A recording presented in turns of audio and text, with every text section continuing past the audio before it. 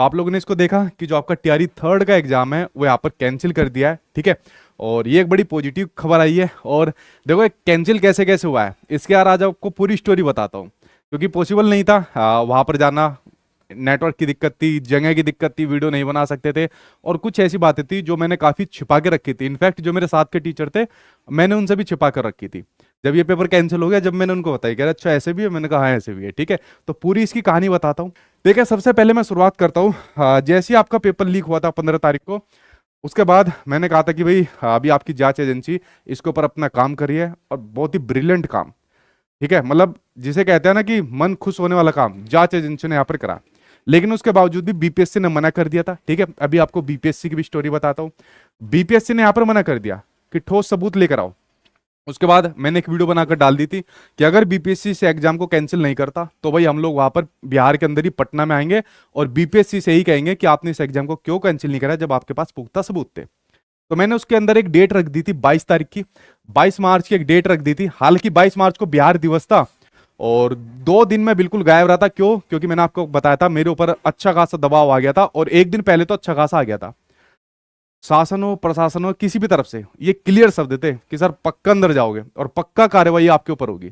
और फिर धीरे धीरे बढ़ते ये वाली बात आई कि सब बच्चों के ऊपर भी हो सकती है। अब यार अपना तो जेल जाए, लेकिन जब बच्चों के संबंध में आई, ठीक है, तो बड़ी सोच समझ के इस सब चीज को करना पड़ा, ताकि ये हम जो काम कर रहे हो शांतिपूर्वक तरीके से यहाँ पर किया जा सके, ताकि एक भी बच्चे को ऊपर आंच ना आए, ठीक है। उसके बाद क्या हुआ, 22 तारीख के बाद इस एग्जाम डेट को मैंने कैंसिल कर दिया, और पूरी की पूरी ये प्रक्रिया चल रही थी। हर कोई ये इंतजार कर रहा था कि कोई ऐसी डेट बता दे जिसमें हम सभी लोग यहाँ पर जा सके। तो उसके बाद एक फाइनल डेट जो मैंने बताई थी 21 मार्च को, और 21 मार्च को डेट बताने के बाद सभी टीचर इसमें साथ आए। जब मैंने 21 तारीख डेट ये घोषित करी, उसके बाद सभी टीचर एक एक करके आना शुरू हो गए। मतलब जितने भी टीचर साथ में आए सभी एक एक करके आना शुरू हो गए। तो यहाँ पर प्रशासन पूरा अलर्ट हो गया था, यानी कि 21 तारीख को पूरा प्रशासन अलर्ट हो गया था। उसके बाद 20 तारीख को आनंद फानन में एक मीटिंग रखी गई बीपीएससी द्वारा, क्योंकि हमको बीपीएससी से मतलब नहीं था, क्योंकि जांच एजेंसी के तरफ से कई सारे एविडेंस आए थे कि बीपीएससी के कुछ कर्मचारी इसके अंदर खुद शामिल है। तो हम उनके सामने जाकर अपनी मांग को कैसे रख सकते थे? जो खुद ही लिपते हैं उनके सामने मांग कैसे रखते हैं? मैं पूरी बीपीएससी की बात नहीं कर रहा हूँ, ठीक है। ऐसा नहीं कि 2-4 कर्मचारी ऐसे होने से पूरे विभाग के आयोग के ऊपर मतलब हम उसकी छवि को खराब कर सकते हैं। कुछ कर्मचारी इसके अंदर थे, तो इसलिए बीपीएससी का प्लान कैंसिल करके ये कहा गया था कि 21 मार्च को सबसे पहले जांच एजेंसी के पास जाएंगे। अच्छी खासी भारी संख्या में हम लोग यहाँ पर सबूत लेकर गए थे कि वो सारे सबूत उनको देंगे, और उसके बाद फिर हम लोग बीपीएससी ऑफिस में जाएंगे। तो इस प्रकार से पूरी की पूरी प्लानिंग रणनीति चली, जिसमें आप लोगों का पूरा सपोर्ट था, क्योंकि एक दिन पहले आप लोग वहां पर जाना शुरू कर दिए थे, ठीक है। और ये प्रशासन को पूरा पता चल गया था कि दूसरे अलग अलग जिले से बच्चे आना शुरू कर दिए, टीचर ने आना शुरू कर दिया है, ठीक है। जो हमारी वीडियो डल रही थी ये पूरे रडार पर थी कि क्या प्रक्रिया हो रही है, किस प्रकार से हो रही है, क्या होने वाला है, ठीक है। तो ये सब चीजें मतलब ये इस तरीके से पूरी प्रक्रिया चल रही थी। उसके बाद मैंने अपने टीचर को बताई जब पेपर कैंसिल हो गया कि भाई आप लोग कोई ना कोई एक जो जरूर धरा जाता है इसके अंदर, और 100% हमारे ऊपर कार्रवाई होनी थी। शुरू में मैंने कुछ बातें छिपाई, अपने टीचर से छिपाई, अपने लोगों से छिपाई।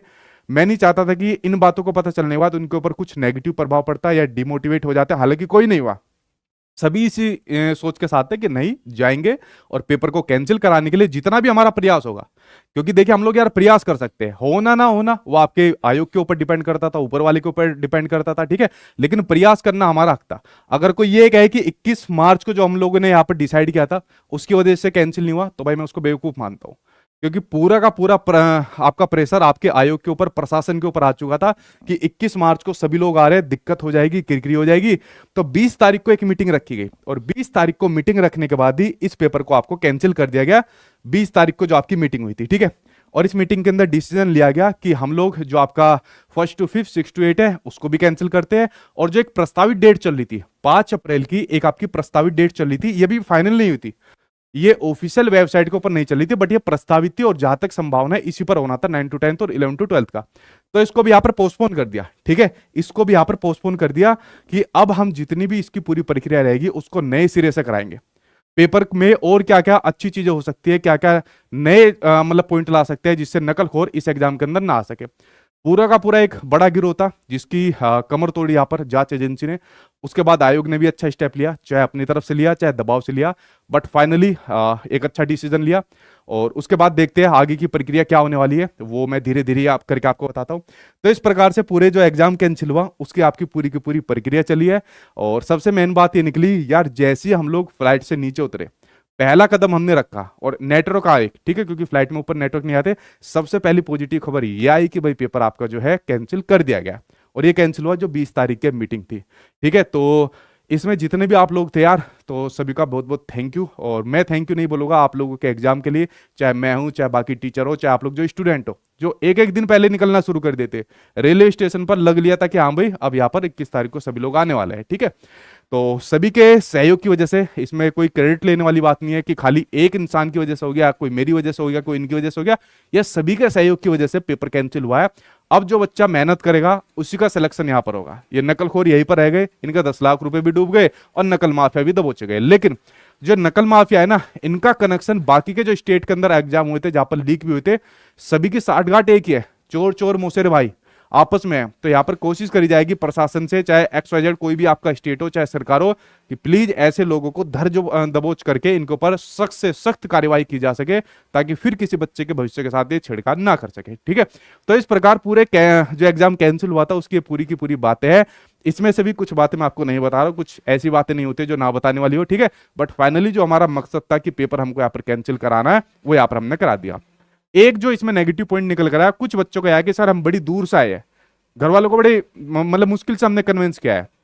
उनके साथ यार बिल्कुल दिक्कत हुई है, कोई 5,000 कोई 10,000 रुपए लगा लगा कर अपना एग्जाम देने गया है। लेकिन यार अगर आप लोग का ये पेपर कैंसिल नहीं होता ना, तो पूरी मेहनत आपकी बेकार चली जाती, कट ऑफ में नंबर आपका नहीं आ पाता, ठीक है। तो यहाँ पर प्रशासन से कोशिश करी जाएगी, रिक्वेस्ट ही कर सकते हैं कि भाई ट्रांसपोर्ट की सुविधा है ऐसे बच्चों के लिए आप फ्री कर सकते हैं, या कुछ और जो भी आपको अच्छा लगे वो कर सकते हैं इन बच्चों के लिए, ठीक है। क्योंकि यहाँ पर बच्चे की गलती नहीं है, यहाँ पर अगर पेपर कैंसिल हुआ है तो उसमें आपका ढीला रवैया है, ठीक है, कहीं ना कहीं कमी आप लोगों की तरफ से जिसको भुगता बच्चों ने था। तो इस प्रकार ये पूरे जो पेपर कैंसिल है उसकी यहाँ पर प्रक्रिया चली, जो मैंने आप लोगों के सामने शेयर कर दी।